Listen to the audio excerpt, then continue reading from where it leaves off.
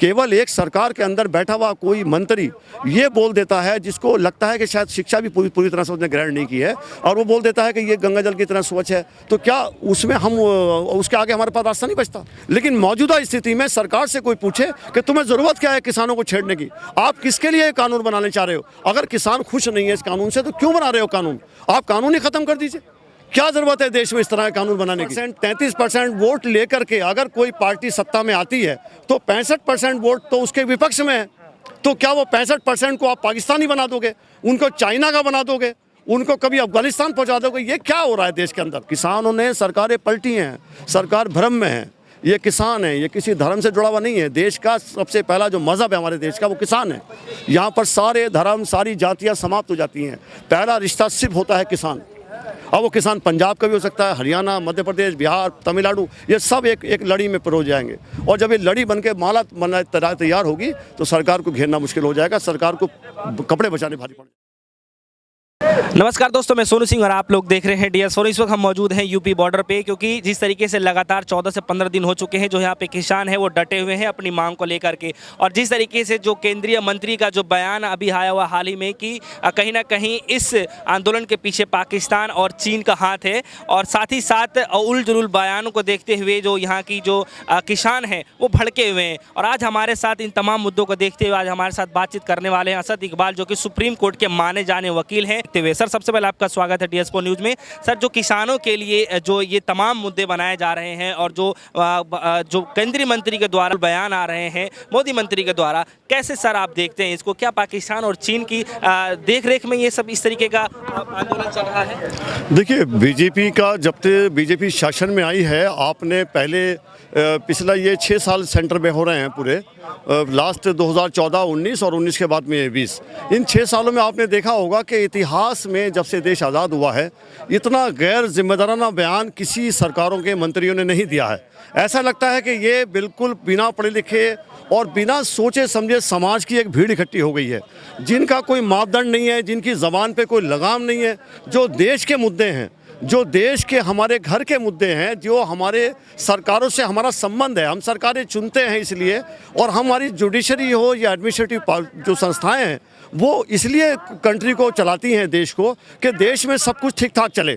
और अगर सरकारें कुछ निरंकुश होती हैं तो विपक्ष, एक बेहतरीन विपक्ष का ये हक होता है कि वो सरकार को याद दिलाए। इसलिए कहा जाता है किसी भी सरकार के लिए, किसी भी देश के लिए एक मजबूत विपक्ष की ज़रूरत है, और अगर विपक्ष मजबूत है तो सरकार को निरंकुश होने से रोकता है। अगर सरकार ने कुछ निरंकुशता के साथ अपने कुछ फैसले लिए हैं जिसमें दिखाई दे रहा है कि सरकार के अपने हित हैं, तो क्या जनता को सड़कों पर आने का अधिकार नहीं है? क्या विपक्ष 33% वोट लेकर के अगर कोई पार्टी सत्ता में आती है तो 65% वोट तो उसके विपक्ष में है, तो क्या वो 65% को आप पाकिस्तानी बना दोगे, उनको चाइना का बना दोगे, उनको कभी अफगानिस्तान पहुंचा दोगे? ये क्या हो रहा है देश के अंदर? अगर ये किसान, और इससे पहले भी आप देखिए बार बार लोग इस सरकार के खिलाफ मुद्दे लेकर के सड़कों पे आते हैं कि आप हमारी जनता के साथ खिलवाड़ क्यों कर रहे हैं? देश का किसान के साथ खिलवाड़ करना, इससे बड़ा तो कोई मुद्दा हो ही नहीं सकता। 70% जो आबादी है देश की, वो हमारा देश आत्मनिर्भर है किस खेती के ऊपर। 70% आबादी यहाँ पर काम कर रही है और वो काम किसानों से संबंधित है। जो लोग किसान का बेटा अधिकारी बन करके किसी मेट्रोपॉलिटन सिटीज़ में हो जाता है तो उसके घर पर जो उसके भाई हैं, बाप हैं, वो किसान हैं। जो नेता हैं, यानी कि इटसेल्फ जो सरकारों में बैठे हुए मंत्री हैं, सांसद हैं, ये भी किसान है कहीं ना कहीं से पीछे से। तो अगर कोई वकील है दिल्ली के अंदर और यहाँ पर किसी मेट्रोपॉलिटन सिटीज़ में, तो वो पीछे से सबसे पहले किसान है।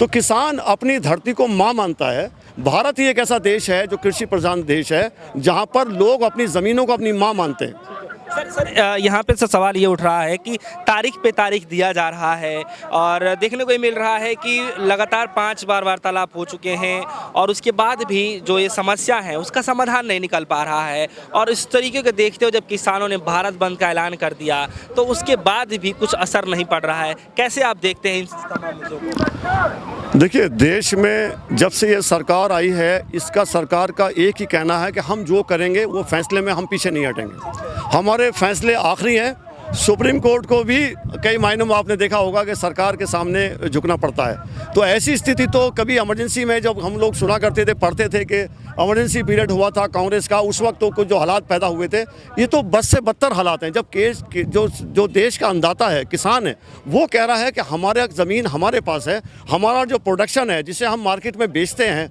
और बेचते चले आए हैं, एमएसपी अभी से नहीं लागू हुई भी है। केंद्र ने राज्यों को अधिकार दिए थे कि वो अपने यहाँ मंडी के स्थापित करें, उनका किसानों का गल्ला वो खरीदें एमएसपी पे, ताकि किसानों के साथ खिलवाड़ ना हो। एमएसपी के केंद्र हैं, हर स्टेट ने किसानों की सुविधाओं के अनुसार से केंद्र बनाए हैं। वो केंद्र पे गल्ला बेचते हैं, और अगर वो प्राइवेट में भी बेचते हैं, आज भी प्राइवेट में बिकता है, हम इनकार नहीं कर रहे, तो वो मंडी में जाते हैं और ये कहते हैं कि गल्ले का रेट केंद्र ने, स्टेट ने ये तय किया है, आप इससे कम लीजिए। कई बार उनको अच्छे दाम भी मिल जाते हैं। लेकिन मौजूदा स्थिति में सरकार से कोई पूछे कि तुम्हें ज़रूरत क्या है किसानों को छेड़ने की, आप किसके लिए कानून बनाने चाह रहे हो? अगर किसान खुश नहीं है इस कानून से, तो क्यों बना रहे हो कानून? आप कानून ही ख़त्म कर दीजिए। क्या ज़रूरत है देश में इस तरह का कानून बनाने की? ये ज़रूरत नहीं है। सर, सवाल यहाँ पे ये भी उठ रहा है कि केंद्रीय मंत्री जो कृषि मंत्री जी हैं, वो ये कह रहे हैं कि जो एमएसपी है वो जारी थी है और आगे भी रहेगी, तो फिर किसान क्यों नहीं समझ पा रहे हैं इस बात? देखिए, इन्होंने ये 5 बुंदी अभी कल दिए हैं जो वार्तालाप में, इसमें इन्होंने एक प्रस्ताव रखा है। जो किसानों की शंकाएं हैं, वो शंकाएं हैं, मुद्दे हैं जो इस नए बिल से सामने आए हैं कानून से, उसको देखते हुए अब ऐसा लगता है कि उन्होंने कहा कि ठीक है, हम ये 5 बिंदु दे रहे हैं, आपकी ये शंकाएं दूर हो सकती हैं। पुराना एमएसपी भी जारी रहेगा, और नई मंडी जो किसानों की प्राइवेट मंडी होंगी, जो व्यापारी लोग बनाएंगे, उसमें जो प्रावधान था कि पैन कार्ड लेकर के कोई भी आएगा और व्यापारी पैन कार्ड देगा और वो माल गल्ला खरीद लेगा, उसके अगेंस्ट आप कोर्ट नहीं जा सकते। जो मीडिएशन सेंटर हैं, वहाँ पर अपनी आवाज़ उठाई जा सकती है। तो वहाँ पर सरकार ने कहा कि नहीं, इनके खिलाफ आप कोर्ट जा सकते हो। तो एक किसान जो अपना गल्ला पैदा करेगा, क्या बताइए ये न्यायपूर्वक है कि वो उस व्यापारी से लड़ेगा और लड़ने के बाद में फिर सिविल सूट डालेगा और वो कोर्ट को अप्रोच करेगा? स्थिति क्या करने वाले हैं? बेसिकली क्या है, ये सरकार अपने आप को दिखाती है कि हम गरीबों की सरकार हैं। ये गरीबों की सरकार नहीं है, पूंजीपतियों की सरकार है। देश की किसानों की, जनता की जो ज़मीन है, उस ज़मीन को पूंजीपतियों को देने का प्रोग्राम, अदानी के जो गोडाउन है, 13,000 गोडाउन तैयार हो चुके हैं। मीडिया से ही हम लोगों को जानकारी है। आप देखें तो वो गोडाउन किसके लिए तैयार हो रहे हैं? तो ये जो प्रोग्राम है बेसिकली किसानों को छलने का है, और किसान अगर इससे संतुष्ट नहीं है तो सरकार बहस में क्यों है? किसानों से सरेंडर कर देना कोई गुनाह तो नहीं है। आपका देश है, आपका ही, आप सरकार, देश की सरकार है, ये किसान देश के हैं। आप अगर इनसे बैठ के बात करते हैं और ये खुश नहीं है, तो फिर किसानों से संबंधित कानून लाओ ना, जिसमें देश की जनता खुश हो।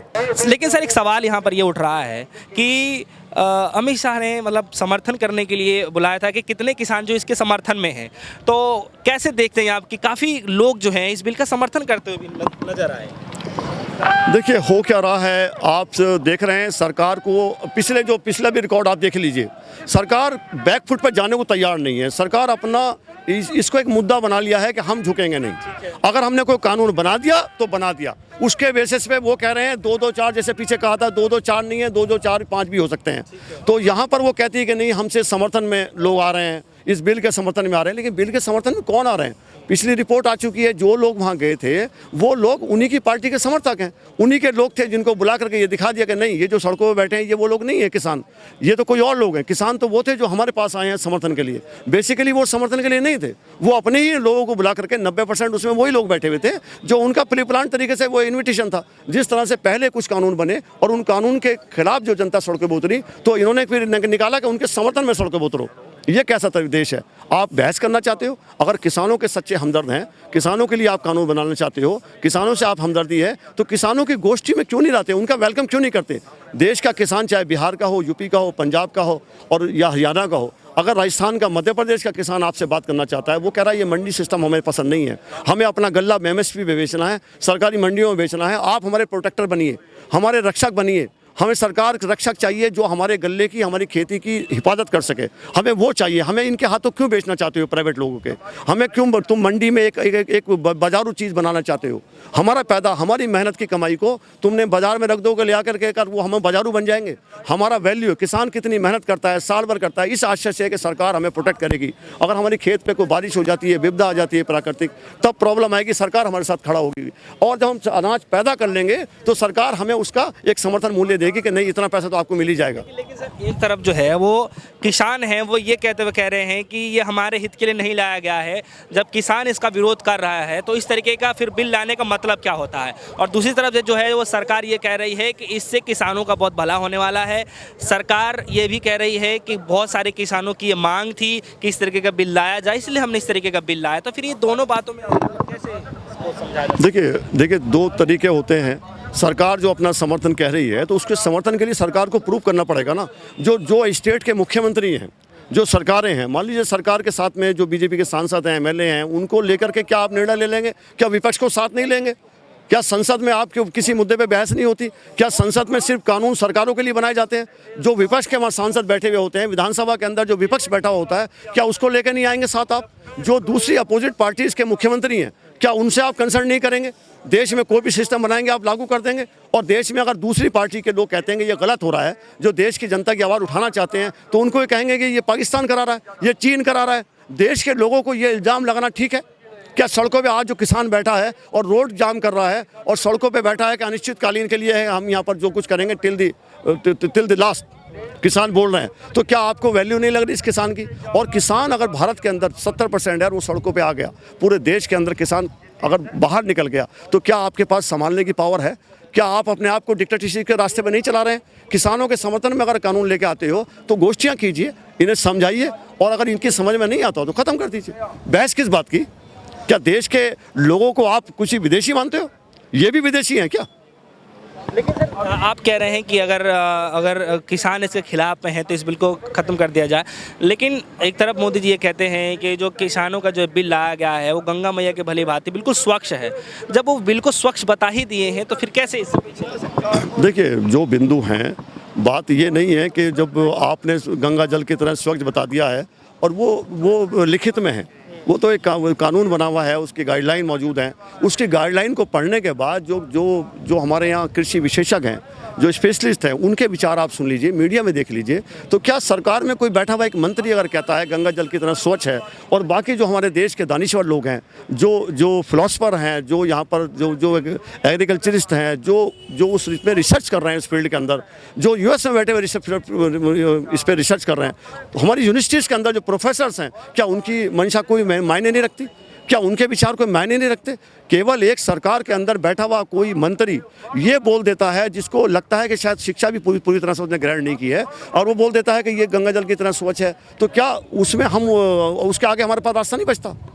सर सवाल यहाँ पे ये उठ रहा है कि किसान है वो मंत्रियों के घर का भी घेराव करने के लिए तैयार है, और 12 या फिर 14 तारीख तक ये अपना निर्णय सुनाएंगे किसान जो है कि फिर से क्या भारत बंद करना है कि नहीं करना है, हाईवे जाम करना है कि नहीं करना है। लेकिन सर सवाल यहाँ पे ये है कि एक आखिरी वार्तालाप के लिए फिर से बैठक बुलाई जा रही है। क्या लग रहा है आपको कि अगर इस बार भी अगर किसानों के हित में नहीं आता है फैसला, तो फिर कैसे ये लड़ाई लड़ी जाएगी? देखिए हमें तो पूरी उम्मीद है कि सरकार मानेगी, सरकार को मानना पड़ेगा। किसान मैं समझता हूँ कि देश की रीढ़ है, और ये देश के कोने कोने, शहर से लेकर गांव तक इसका दायरा। किसानों कुछ किसान मान रहे हैं ना, समस्या यहाँ या कुछ किसान इसका, देखिए ये तो सरकार का स्टैंड है, वो कह रहे हैं कि भाई तो कुछ किसान कर रहे हैं, तो ये देश में जो इस वक्त सड़कों पे लोग निकले हुए इन्हें कुछ मान रहे हैं। देश में अगर सरदार लोग पंजाबी दिखाई दे रहे हैं तो उनको कह रहे हैं खालिस्तान की डिमांड कर रहे हैं। तो ये कहीं ना कहीं जो है, जिस तरह से इनके जो प्रवक्ता आते हैं बीजेपी के, और वो देखो कि उनकी मनुवादी संस्कृति वो सामने आती है, वो बोलते रहते हैं, वो सुनते ही नहीं किसी को, वो कोई मुद्दे नहीं होते, यहाँ का पैर वहाँ का सर होता है। उनको बात करने का मतलब है जैसे कि लड़ने के लिए तैयार होकर आए, कोई मुद्दे एक पढ़े लिखे अंदाज में जो मुद्दे होने चाहिए वो नहीं है। तो अगर ये कहते हैं कि ये कुछ लोग हैं, तो इसका इनको दिखाई दे जाएगा कुछ लोग हैं या सरकार किसानों ने सरकारें पलटी हैं, सरकार भ्रम में है। ये किसान है, ये किसी धर्म से जुड़ा हुआ नहीं है। देश का सबसे पहला जो मज़हब है हमारे देश का वो किसान है। यहाँ पर सारे धर्म, सारी जातियाँ समाप्त हो जाती हैं। पहला रिश्ता सिर्फ होता है किसान।